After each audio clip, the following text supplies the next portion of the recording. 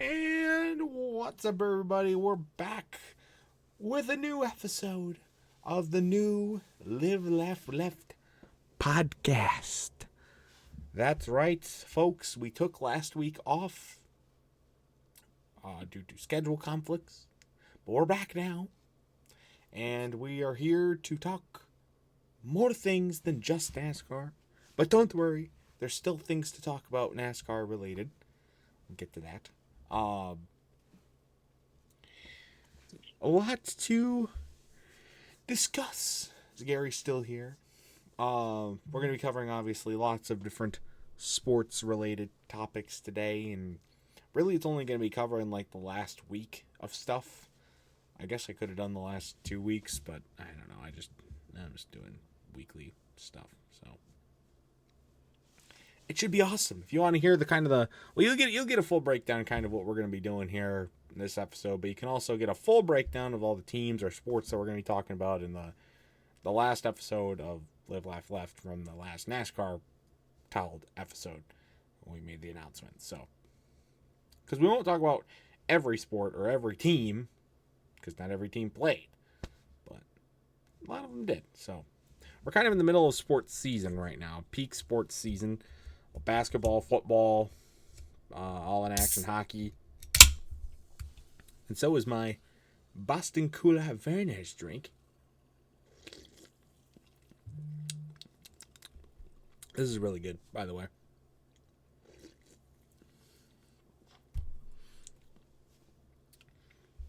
But the first thing we're going to talk about today, basically what I plan on doing for this podcast, every episode, what I plan on doing is dropping a little bit of sports trivia. You can call it Pringleson Daily Trivia or Pringleson Weekly Trivia to dump onto the podcast. Okay, Garry has to pee, so I'll just explain the part that we have to talk about, I guess.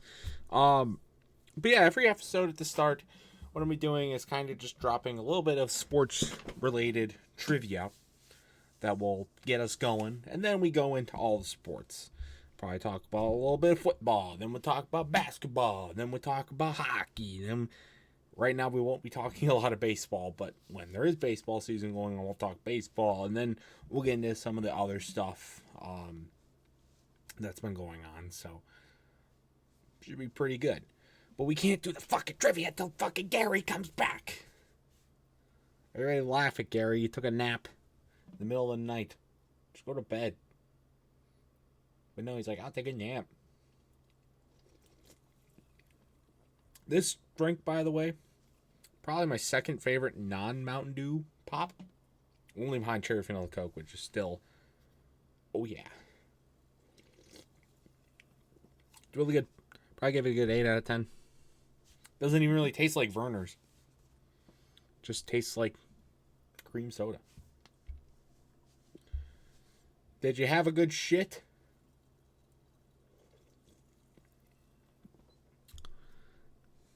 So I have a whole channel dedicated to making trivia. Now, Garry can't see it.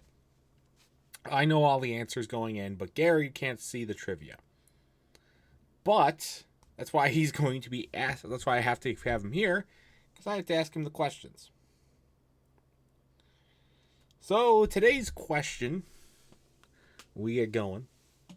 Are you ready, Garry? Sure. Cade Cunningham recently broke what NBA record? The points and assist record. Is that your final answer? I'm going to assume yes. Incorrect.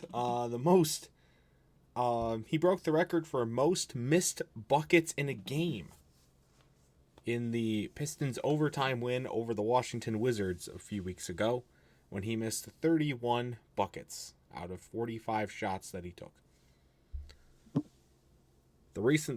Can you guess who had that record before Cade? I cannot. It was Kobe Bryant, who had, I think, 27 was before. So that is this week's trivia. We'll do that every episode. I got a few more ready to go, and I'll think of more as we go along. But let's get run down. Here we go. So we'll start with football. It has been a very polarizing time to be a football fan in the world of Pringleson. Let's first talk about the good. The good.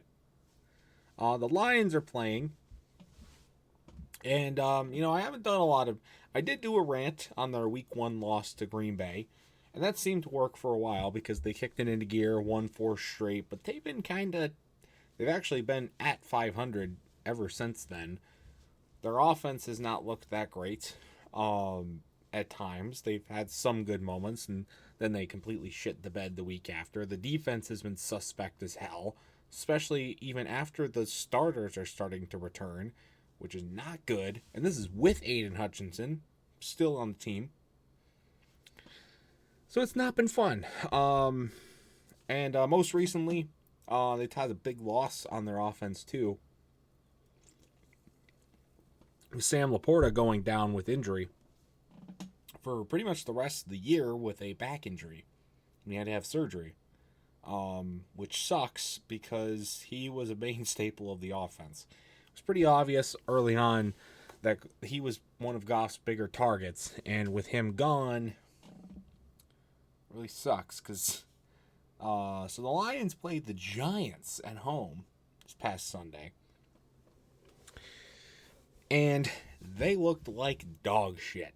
It's pretty obvious that the Lions do miss Sam Laporta, even though they have 2 other very suitable tight ends in both Brock Wright and their rookie Isaac Tesla, who has been making some crazy catches in the preseason and early part of this season, but has just really not been used at all. I think Goff targeted him like twice in the last game, which is crazy to me. And they struggled. They struggled mightily against the Giants. Now, it did not help the case that the defense is once again incredibly suspect. And Jameis Winston had probably the game of his life, throwing or combining with the rushing attack for over 500 total yards of offense for the Giants. I was about ready to go into full rant mode and make a gigantic rant about the Lions losing to the Giants, which was not on my itinerary. But we had a savior. We had a savior. His name is Jahmyr Gibbs. Jahmyr Gibbs. Jahmyr Gibbs is like the best player in the world right now. Like, it is not even close. He is a absolute beast. Carried the Lions on his back. A 200-yard rushing day. Had 3 touchdowns, including the overtime winner. He's an absolute beast. It's crazy how when you utilize a guy for long-range games and speed, he does well. And when you don't force-feed him off the fucking middle like they were doing against the Eagles, then you maybe will win fucking football games.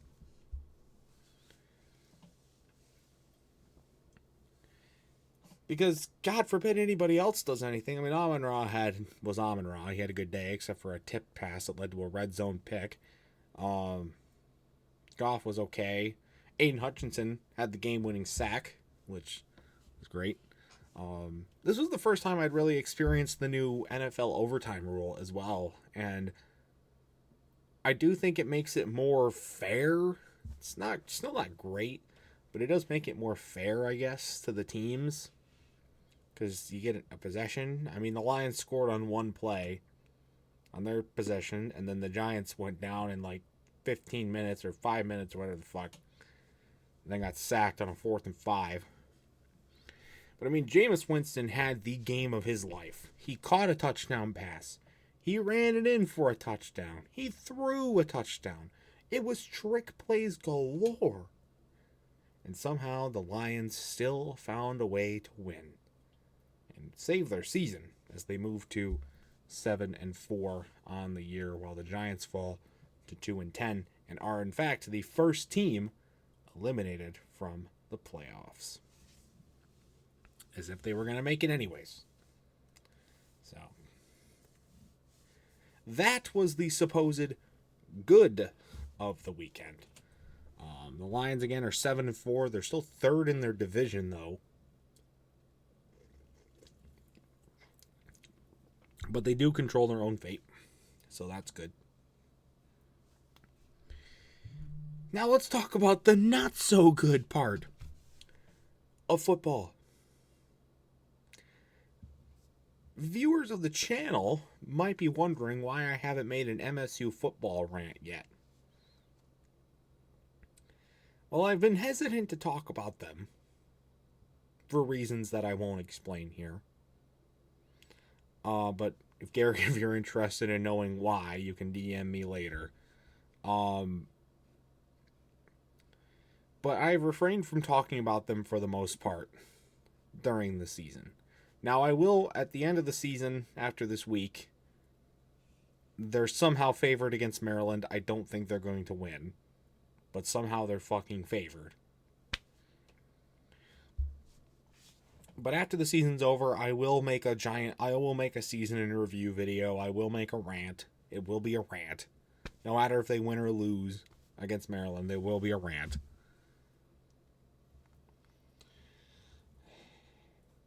They've just been awful. Absolutely awful. And it was on full display this Saturday against Iowa. They go into Iowa. Iowa's a ranked opponent. They go in, actually do pretty well.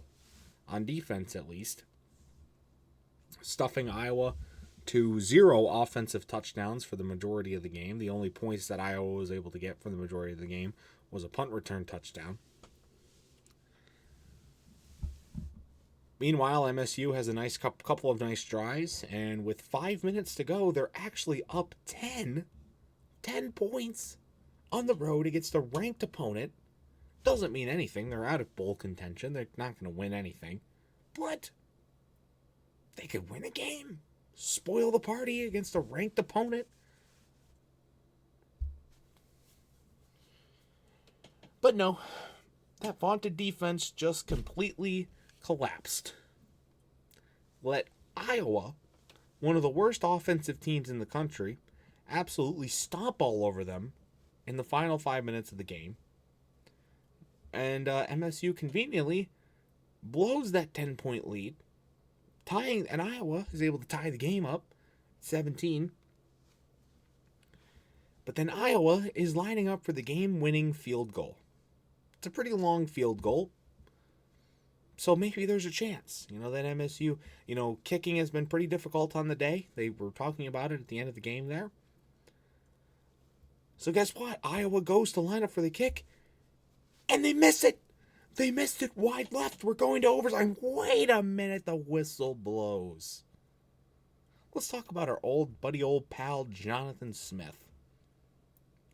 His ass decides to call a timeout to ice the kicker.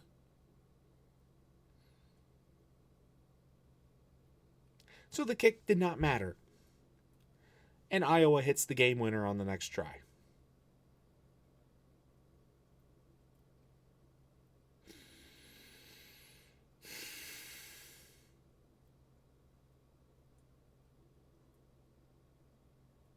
That right there is a summary of MSU's football season in general.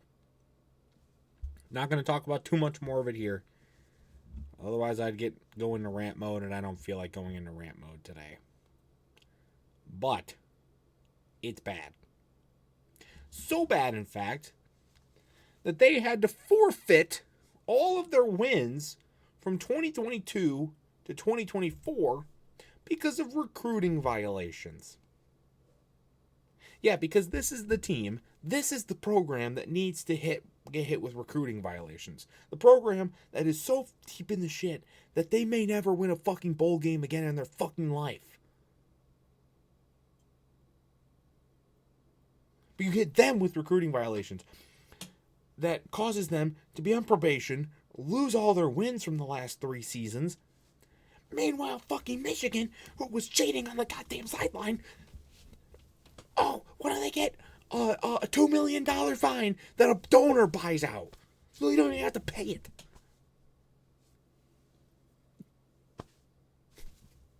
Fuck you, NCAA. Fuck you, fuck you, fuck you, fuck you.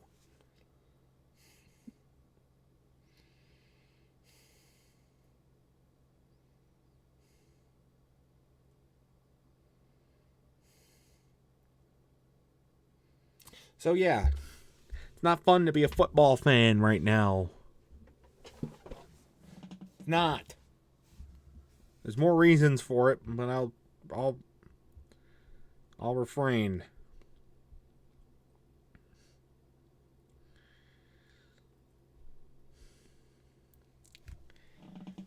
In other news, not pertaining to the Lions or MSU,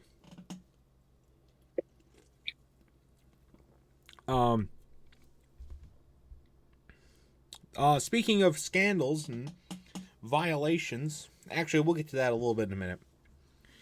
There's a lot of violations and illegal activity going on with betting right now. We'll talk all about that in a minute. But John Beam, who was featured on Last Chance U, the documentary or series or whatever it was, he passed away recently. He was shot and killed. So rest in peace, soldier.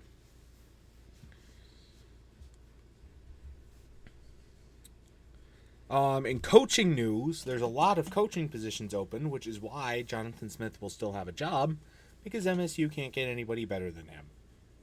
And he has a $33 million buyout. But one of those coaching vacancies did get filled, and it was James Franklin. In fact, he has been hired by Virginia Tech, of all schools. Now, is this a downgrade for James Franklin? Yeah. Is it an upgrade for Virginia Tech? No. I think James Franklin's a historically overrated coach. But Virginia Tech is a historically overrated program. So, I guess they fit well together.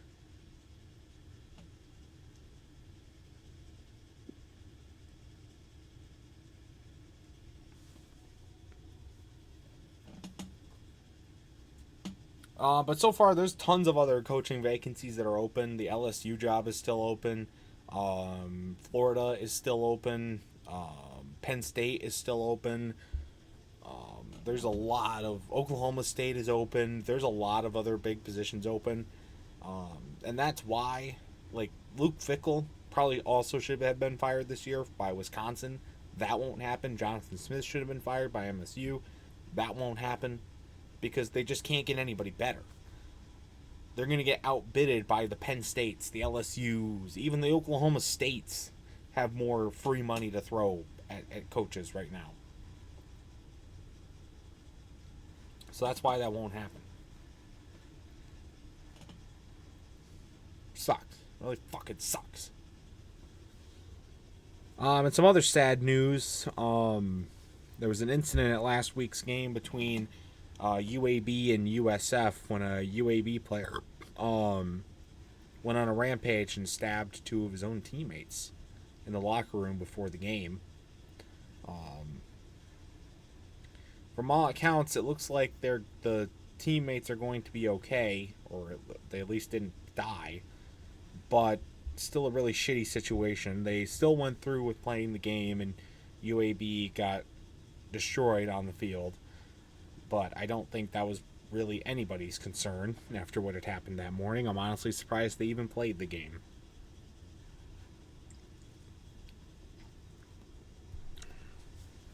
It's a really shitty situation, and it does bring up the fact of mental health in football, which is a topic that we will cover in the future.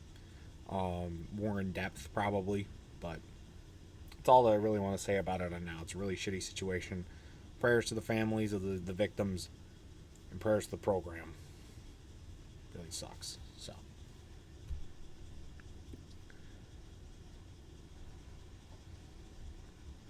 But otherwise, that's all I had football related for this week. That we'll talk about today. This is just kind of we're not going to do any more in-depth like topics today. I do have a few other things that I want to talk about, but that's all I got really. Unless Gary, you have any football-related things that you wanted to throw in.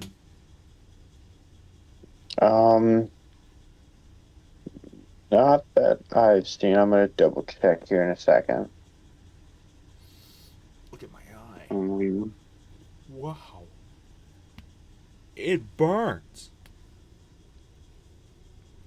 It's been 1 week since you looked at me. Got your hands, ring.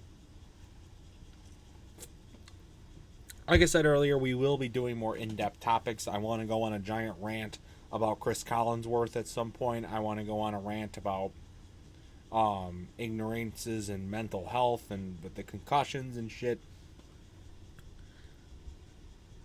So we will do that. yeah, dude. Different games. Oh, excuse me. Had a 264-yard day yesterday. Or the time we're posting this. Oh, We're another making thing in this. football. I won in fantasy this week. I won in fantasy football this week. I won in fantasy football this week. I won in fantasy football. Hey, how was the last 2 weeks? I'm 9-3 on the year in Gary's football league. I am the defending champion, and I am a clear favorite to win it again. 9-3. Yeah, but my sister's coming on your ass. I got this whole thing. And there's Bill from the store. What I mean by that is she's right behind you. Bringing Yori. In fantasy, dumb. But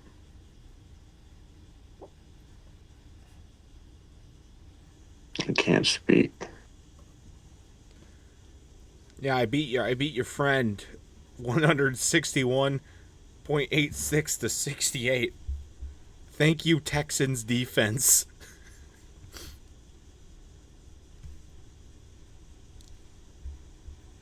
It doesn't help that he doesn't set his lineup either. Yeah, you should make him do that. I have told him and he doesn't, so Well, that's his it's on fault. him.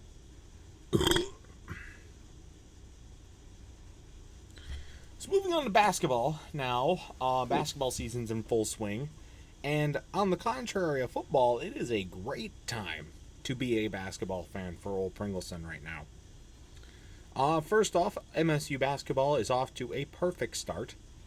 At the time of this podcast going up, hopefully they are still perfect because they are playing, well, they will have played East Carolina.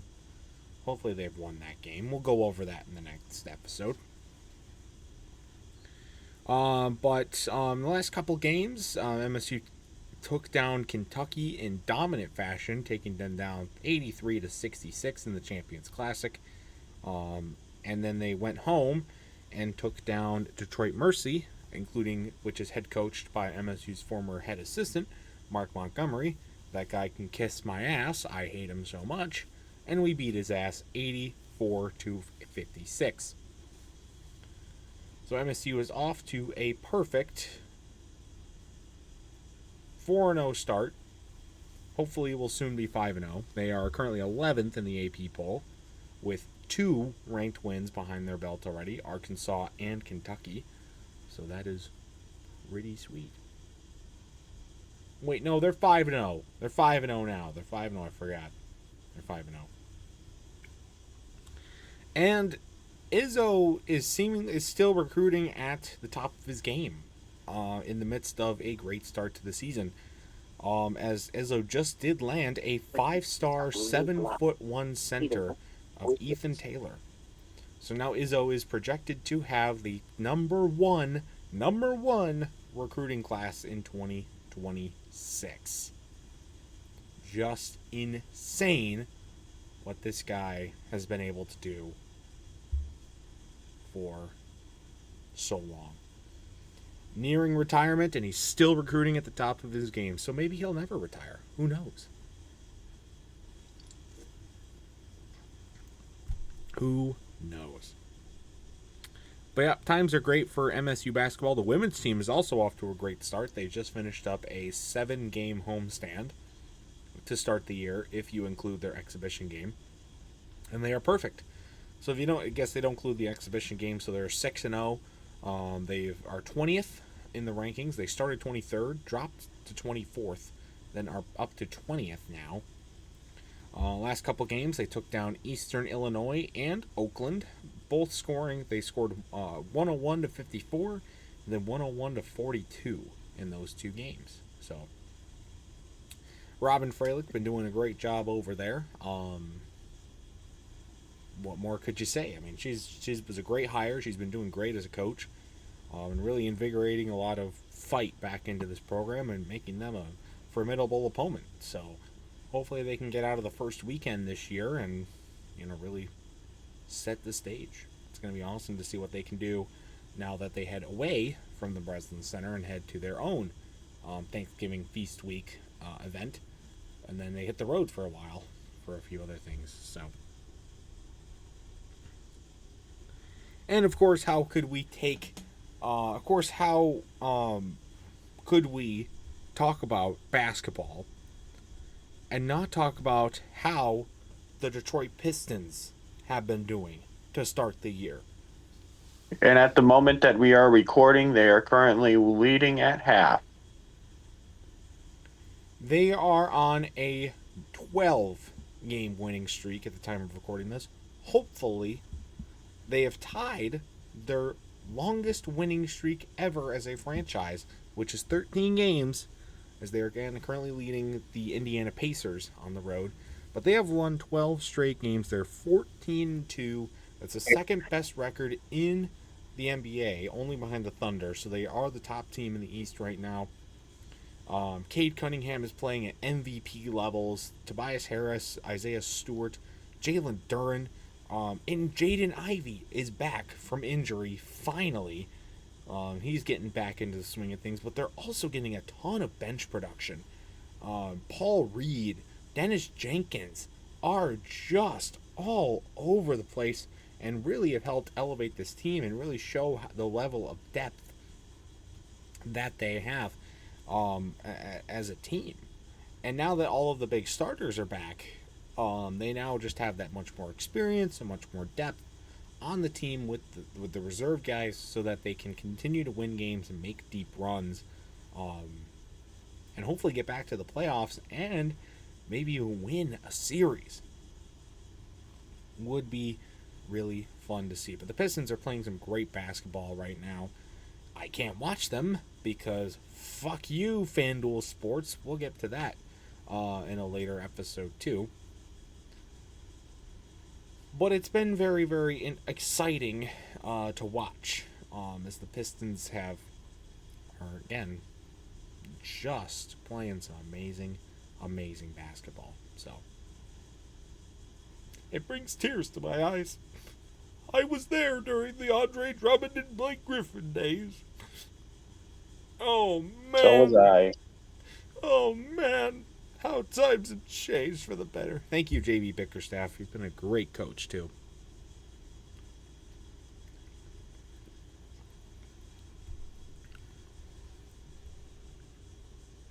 Their most recent games, outside of what they're doing right now against the Pacers, they took down Atlanta on the road, 120 to 112. And they beat the Bucks as well on the road, 129 to 116 in Jaden Ivey's season debut.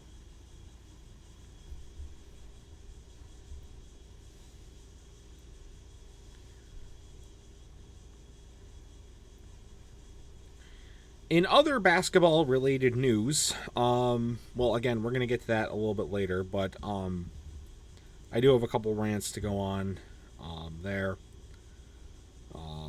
Yeah, we'll talk about that in a little bit, but we do have more betting stuff to talk about with the NCAA basketball as well. But for now, we'll move on to hockey. It's a pretty good time to be a hockey fan right now for Pringleson, I will say. MSU hockey, for a while, was the top team in the nation, despite that opening season loss to New Hampshire. They had rattled off a nice winning streak, but this past weekend Wisconsin came to town, and it did not go well.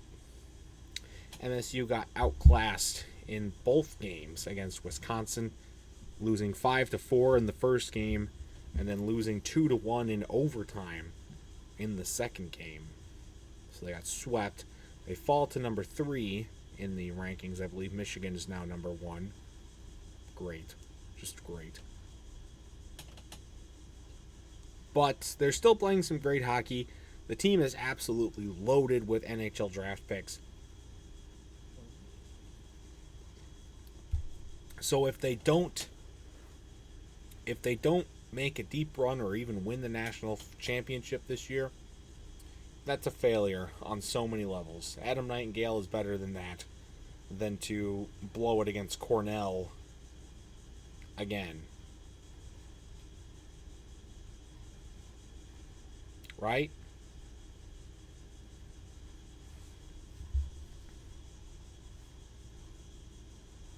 The Detroit Red Wings are off to a decent start on the season. Their last few games, they took down the Seattle Kraken to improve to. They took down the Seattle Krakens 4-2. Then they got shut out by the Islanders 5-0. But then they came back and beat the Blue Jackets in overtime 4-3. Most recently and currently, they are also playing against the Devils. The New Jersey Devils. They are down 4-2 at the second intermission, so they need to come back there. But they're playing some pretty competitive hockey and holding themselves well into that playoff race here early on. They're definitely the most overlooked Detroit team right now. There's a lot of drama going on with the Tigers. We'll get to that in a little bit. And the Lions are getting a lot of spotlight, and the Pistons are on an absolute hot streak, so they're kind of stealing the thunder too. But it would be nice to see the Red Wings finally make the playoffs again after such a long drought. And this could be the year that they do it. As long as they can stay healthy and stay consistent, I think they will do just fine.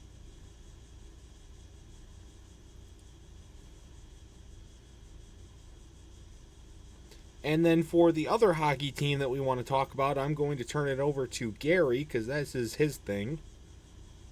Yes, it is. As you guys all know, I do have a family member all the way in Kalamazoo, Michigan. And their team that they have over there, they have a hockey team from the ECHL called the Kalamazoo Wings. They are Wings. They are a Vancouver Canucks affiliate. Which is weird because you would think it would be Red Wings, but it's not. No, the Red Wings have the Griffins as their affiliate. Grand Rapids Griffins. In the ECHL, they have Toledo. Okay, that's still that's about the same distance. Right. What I'm trying to say is they're called the Kalamazoo Wings. You think they would have the Red Wings. They're the Kalamazoo Wings. They just are nicknamed the K-Wings. Anyways. Listen, not everybody can match their affiliate team with their main team like the Cubs do, okay? Anyways, 4 of their last 5 were losses. They have not been doing very good. I went to the November 14th game. I tell you what, everybody hated a certain player. If you're on the Discord, people are trying to see if, something, if racism's in that, which it's not. The main reason why we booed him is because he was used to play for the Kalamazoo Wings, and he betrayed us by going to one of our rivals. So, anyways, they lost that game against Fort Wayne. Then they had 2 games against the Cyclones. They both lost that game too, with having only 5 goals total that game. Those 2 games combined. And then they went to the Heartlanders, which they won 5-1.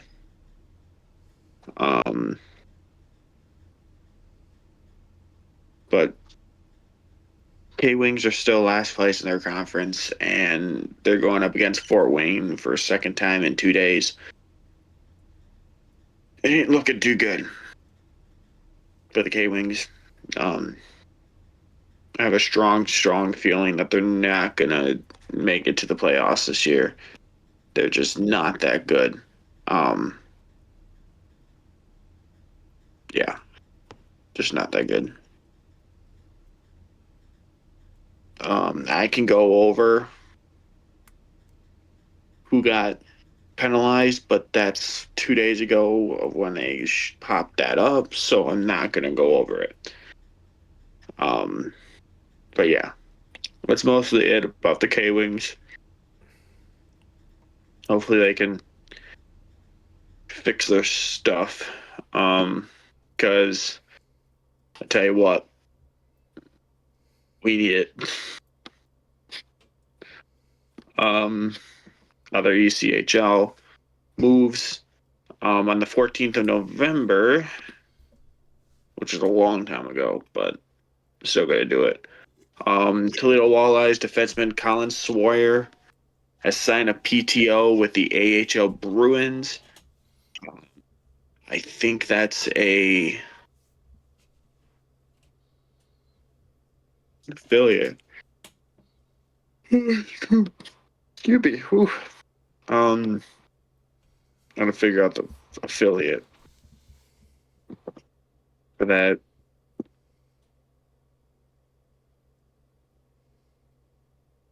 Bruin.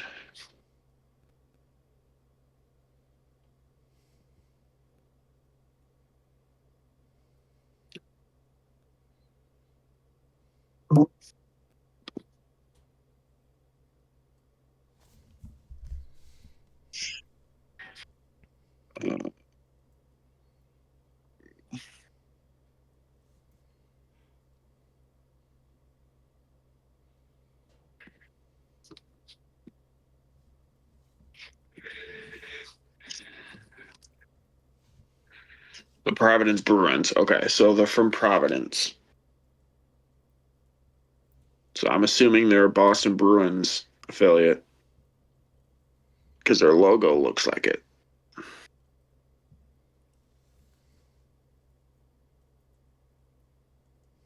But anyways, that's it for ECHL news. Now we go on to what next? I don't really have any other hockey news at this time. Probably will be more as we move on through the season, but I really don't have anything else crazy. So we'll briefly touch on baseball. I know baseball's in the off season right now. We're not going to talk about much about the season because I want to keep it sort of recent to what's been going on last week or so. Do want to highlight a couple of things. Obviously, we mentioned it earlier, the Tigers drama going on, mainly centering around or how they're going to re-sign Tarek Skubal as his contract is up after 2026. So are they going to trade him? Are they going to let him walk? Are they going to re-sign him? There's been a big drama over the contract because of the guy who his agent is. Scott Boras. Fuck you. I learned a lot about Scott Tarek Boras. Skubal has said multiple times he would love to stay with the team. But Scott Boras wants to go to LA or New York. And Scott Boras gets what he wants. I learned that in a documentary that we will talk about in a minute. On the good news about Tarek Skubal, he did claim back-to-back Cy Young awards. That's pretty good. But yeah, the contract issues are pretty bad. It does not seem like the Tigers are going to pay Skubal what he wants, or more specifically, what Scott Boras wants. Scott Boras wants a 10-year, $500 million deal. which only 2 teams are going to be willing to pay for, neither of which are the Tigers. The only 2 teams that are willing to do a deal like that for a pitcher are the Dodgers and the Mets. So he's going to go to one of those 2 places, if that's what they end up settling for. The Tigers would be stupid to pay him that much money and give him that big of a deal. They already did that with Miguel Cabrera. Didn't work out because he got hurt all the time. I don't think they should do that. I think they should do a 5-year deal, maybe half that, $250 for 5 years. They could do that. That's a good deal. But Scott Boras doesn't want that because Scott Boras doesn't want to stay in Detroit.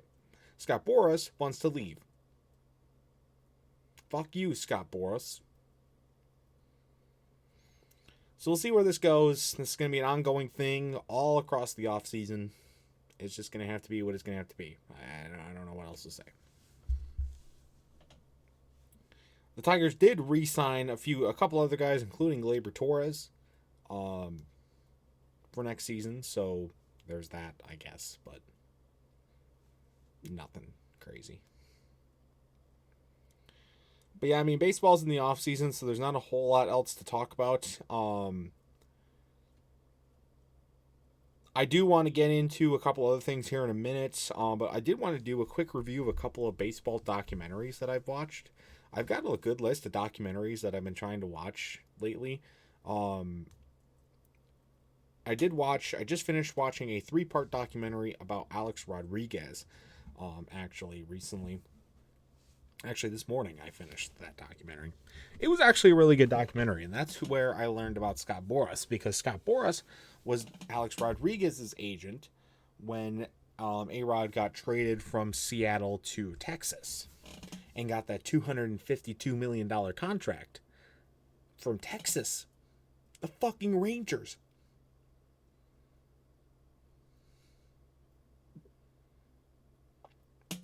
So yeah, fuck you, Scott Boras. You've been at this for 30 years almost. Get the fuck out of here. But the documentary was pretty good. It really did bring down A-Rod to like a more human level. I didn't know a ton amount about Alex Rodriguez prior to this documentary. I mean, I knew who he was. I knew the controversies. I knew his stats. I knew all that sort of stuff, right? But I didn't really know much about him in particular. But it really this documentary really does a good job of bringing it down to a human level. He talks a lot about his family. He talks a lot about his personal struggles with his dad, mental struggles, all that sort of stuff. His work ethic, especially by his teammates. They interview Ken Griffey Jr., they interview Derek Jeter, they interview a bunch of broadcasters that knew him well or know him while he's still alive. It's a very, very interesting documentary about how they really just make it a lot more real. And it really does just show how much of a superstar Alex Rodriguez really was. I mean, this dude, pretty much throughout his career, I mean, he was a great baseball player and had, was a great shortstop. Well, he was a shortstop, then he was a third baseman. And a great hitter, too. But they do really make it. They do really. They really do sugarcoat the steroid stuff. They pat it off as being like, oh, everybody else was doing it. You can't blame A-Rod for it. Yes, I can. I can blame everybody for it. Everybody fucked up here. All right. Of course, Alex Rodriguez was being a dick about it, so of course he was going to get the biggest suspension. He's the only one that took it to court. He's the only one that fucking called out the MLB commissioner on live television. He's the only one that did any of that stuff. So, of course, he's going to get the biggest fucking suspension. He's lucky he didn't get suspended for the rest of his fucking career. I guess he's exiled from the Hall of Fame, so who fucking cares, but...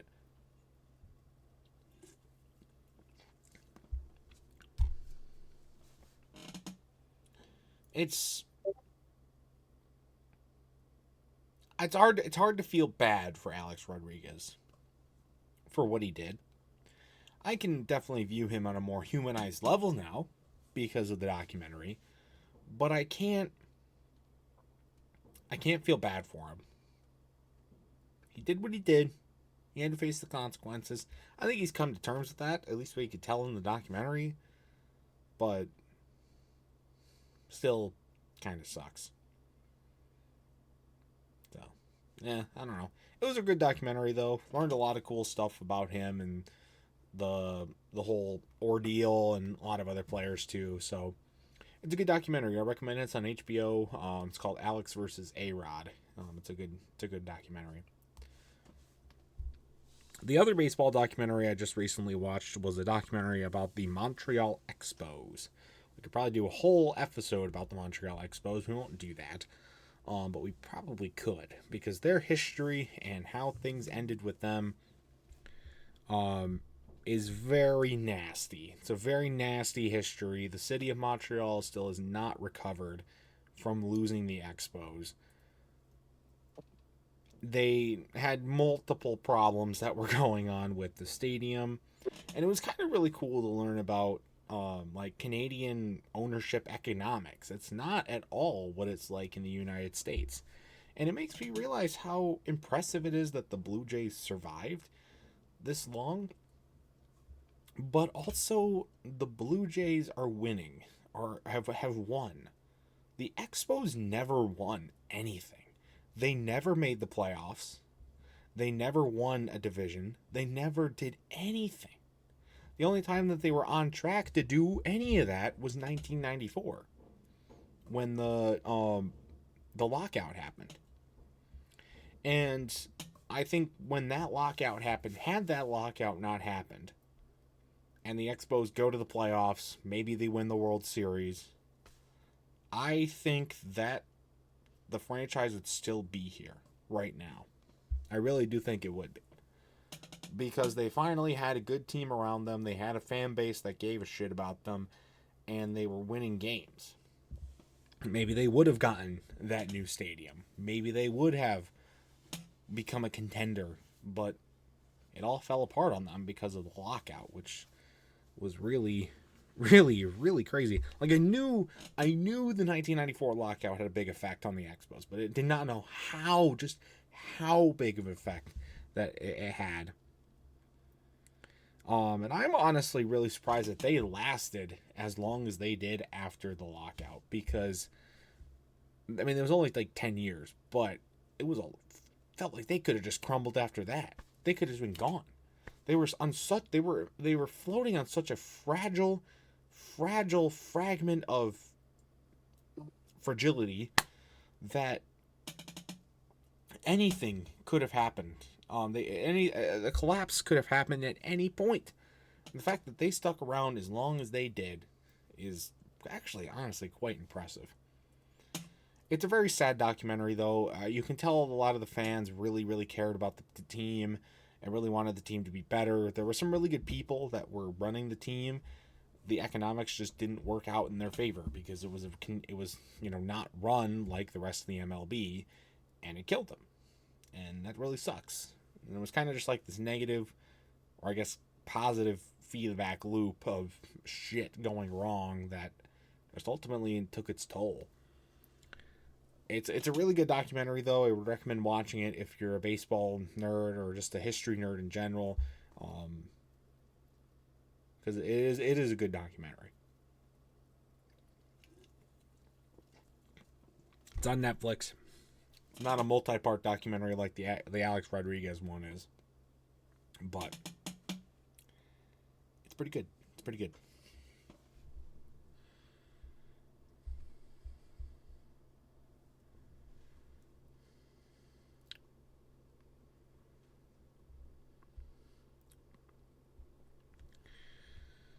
That's really all the baseball stuff that I have for right now. For now.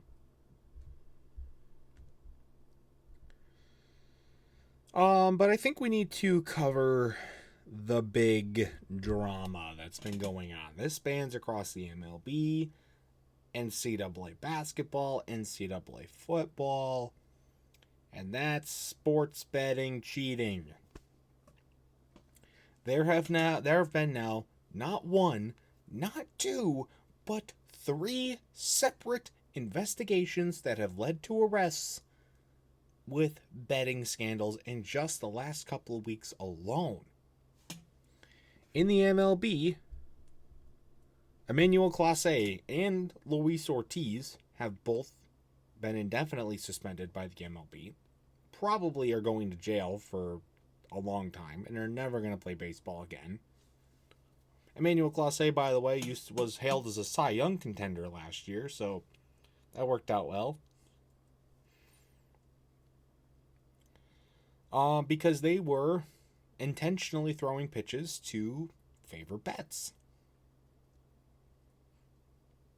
And they were getting cuts of the profit.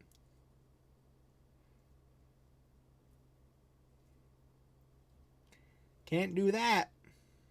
Did you really think you were going to get away with that? I want to know. Oh, but it doesn't stop there. How about at the collegiate level? A giant betting scandal that saw 28 fucking arrests. 28! 28 arrests! Because they were rigging games. Oh, but it doesn't stop at the NCAA basketball level. How about the NBA? Another betting scandal involving several staff, including Portland Trailblazers coach and former Piston legend Chauncey Billups, has been arrested and went to court because they were playing illegal poker games. And they had like fucking goggles that could see through the cards, and they had rigged shuffling machines. That is an super ironic ring. That is such an ironic ring. It says the right way. Meanwhile, this guy is playing illegal poker games with the mafia. The fucking mafia. It's all the mafia. The NCAA one, mafia. The Luis Ortiz gambling scandal, mafia. This scandal, mafia. And then there was another one with NCAA football. With another one with the mafia, and it resulted in 14 arrests. What the fuck?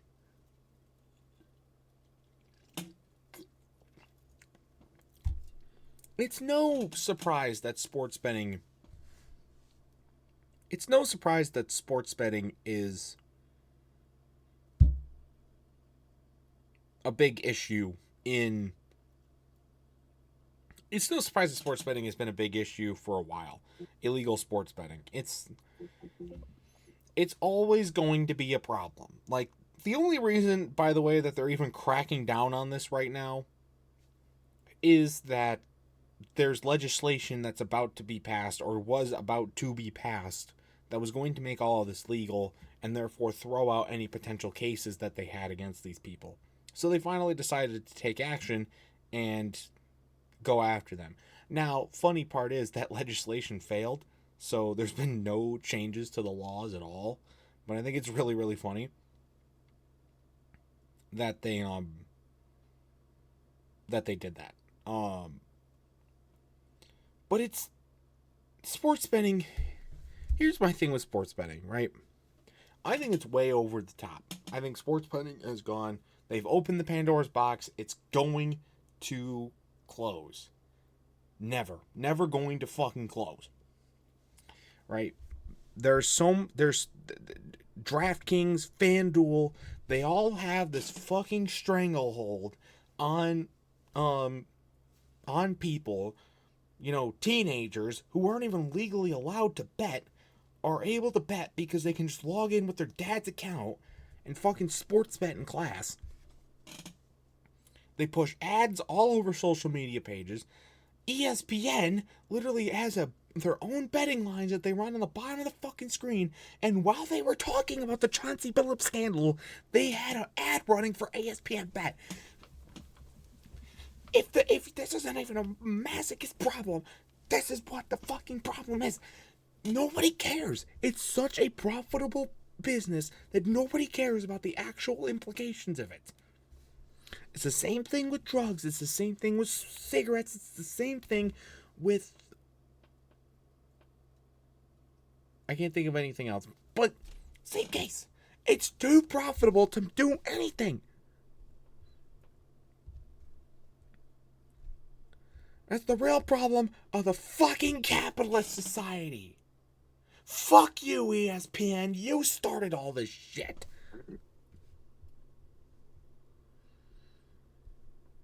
So while I think it's a good thing that they're upholding or upending all of these business rigging sort of things, it's not going to change anything. There's still going to be illegal mafia poker games. There's still going to be illegal bets placed. There's still going to be rigging of games to get money on betting. There's going to be all that still. Nothing is going to fucking change. Nothing's going to fucking change. Right, Gary? You're a prominent sports bettor. I already know it. No, you're not. I'm not actually. I don't bet on anything. Gary's one of the good ones. He doesn't bet. I don't bet because I know I'll lose. That is one of the smartest things you've ever said in your life. If I'm gonna bet, I'll just bet. You got negative 5 win? strikes. Negative 5 strikes for that, Gary. That was a good statement. Well, really, you're at negative 4 because you made that problematic comment earlier. So you're at negative 4. What problematic? The racist comment you made earlier. I wasn't the one that thought of it. Well, too bad.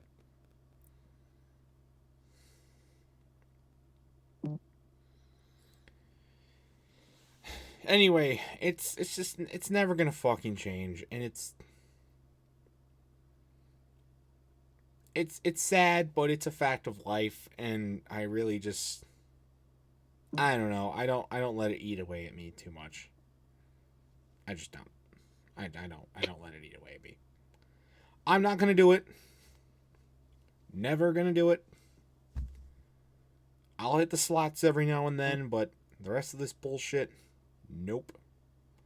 Nope. Not touching it at all. So, that's all that. Sports betting fucking sucks.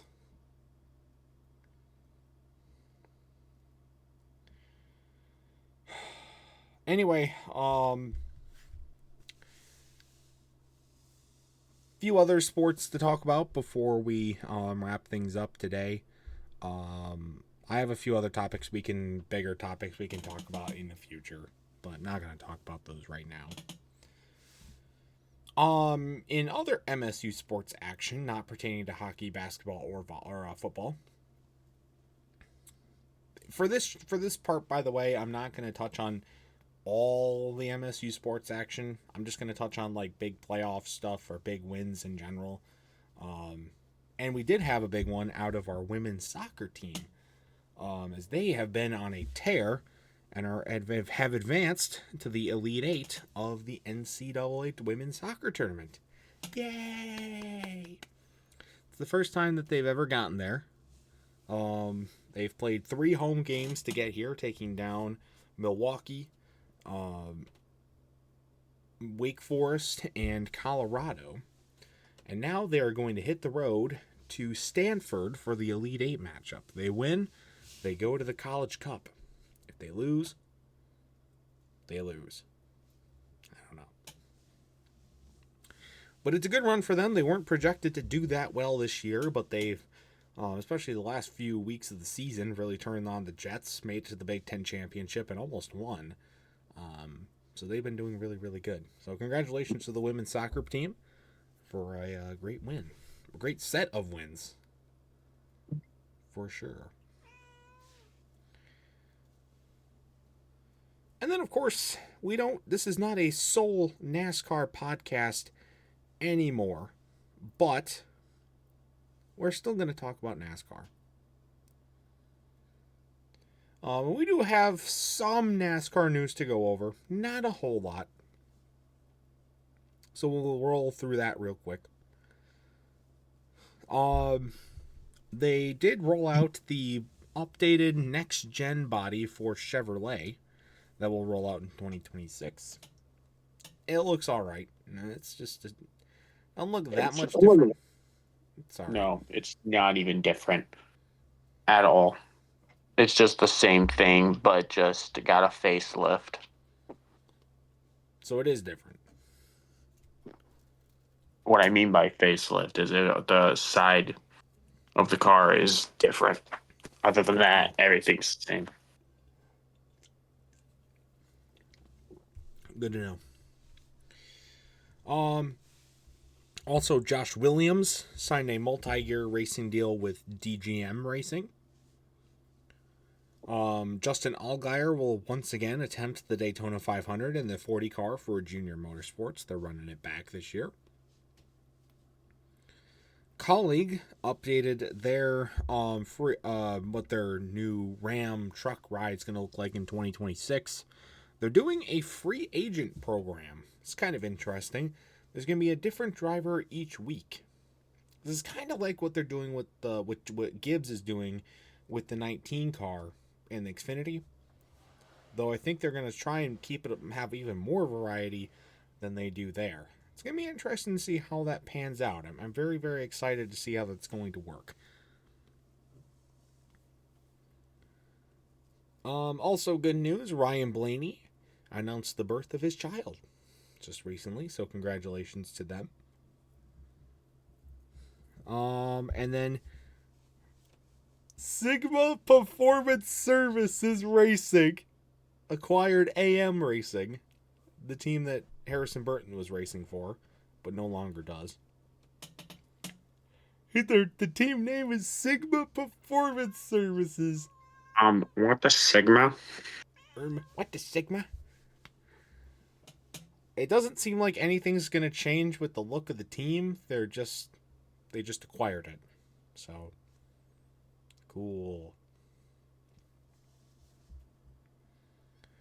And then big NASCAR drama going around right now is the texts that were revealed about Steve Phelps speaking his displeasure of Richard Childress. This was back in these texts takes place back in 2023, and it calls Richard Childress a ungrateful hillbilly who has everything to owe to NASCAR for his success, which, I'll be honest, Steve Phelps isn't wrong. But it is kind of funny. Richard Childress doesn't think it's funny, and there's a lawsuit impending. So, yay.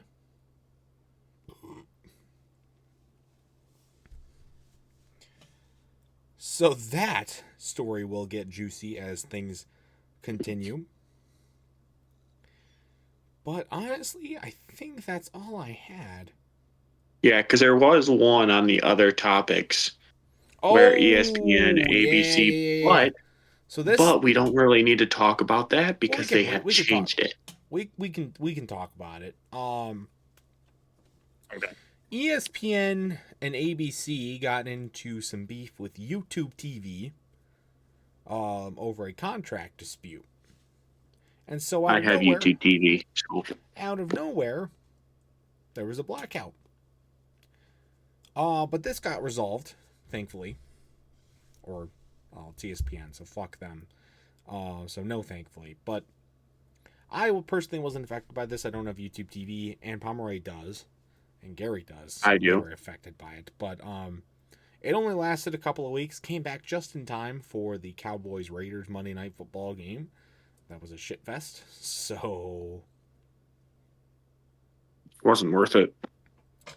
Well, we did it for Marshawn I Neely. know. Rest in peace, buddy. Former Western Michigan Bronco. Rest in peace. Will always be a Bronco. But yep, that was back on Halloween, so we had that on here for a little bit, but that all got resolved. So congratulations to YouTube, mostly YouTube TV. I think ESPN and ABC would have been just fine without YouTube TV, but I think YouTube TV would have been not fine without ESPN and ABC. So I think we're glad that they got it figured out in that case.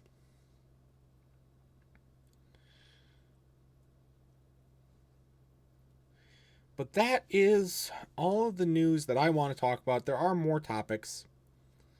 I want to do I want to talk more about officiating. I want to talk more about NIL. I want to talk more about the impending MLB lockout that might be coming in because of the salary cap. I want to talk about bad broadcasters. I want to talk about all that stuff. But that's the beauty of this podcast. This is not a set season thing. It's just going to be ongoing. We're going to do it whenever we have time. We're going to talk about the sports recaps. We're going to talk about all that jazz. It's going to happen. We're going to do it. So welcome to the ride. But I think we're going to cut it off for now because I am quite tired. Next week, just to give you a preview, some couple of things that are going to be going on next week. We might dive into some of these bigger topics, but we'll definitely recap more stuff. Thanksgiving's on the horizon, so happy holidays to everybody who celebrates Thanksgiving. We're going to have lots of good football to talk about from that, as well as some good basketball action, and some good hockey action. There's going to be a lot of good sports. And then, of course, I'm actually going to see a new stadium soon. Actually, at the time of this going up, I will have already seen it, but we'll talk about that next week, too.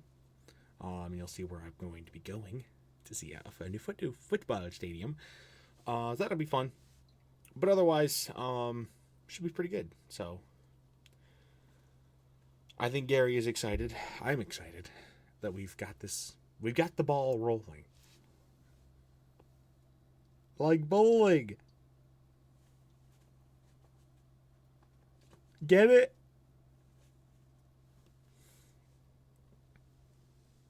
What? Garry's gone. Okay, anyways, guys, that's going to do it though for this episode. Not I funny. don't know if we're gonna have any guests right now. We might. I don't know. We'll see. But it's gonna do it for now. Stay tuned, guys, for other much more amazing stuff. Until next time, we'll see you guys later. Bye.